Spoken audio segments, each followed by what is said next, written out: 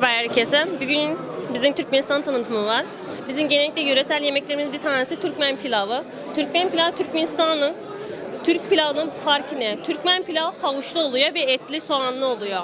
Genellikle bol havuçlu ve onun pişiriş şekli pilav pişirmeden önce etli havucu kavurup altına koyuyoruz ve pilavı üstüne ayrıyetten yani karıştırmadan pişiriliyor bu Türkmen pilavı. Özelliği bu.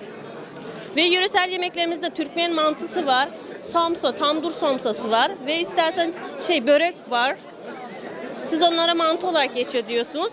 Ve başka da Gel en baştakilere geçelim. tamamdır. Biraz da burada ne dönüyor onu bize anlatır mısın?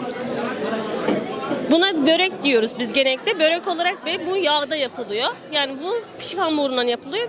Ve bunlar bize yöresel olarak da düğünlerde de yapılıyor. Düğünlerde onu pişi olarak kullanıyor ve düğünlerde yani kız istemelerde de yani düğünler gelin arabasında şeylerine de kullanılıyor. O yüzden bizim yöresel yemeklerimizi bir gün Türkmenistan tanıtımımıza yöresel yemekleri süslü olarak yapmamızı tavsiye ettik.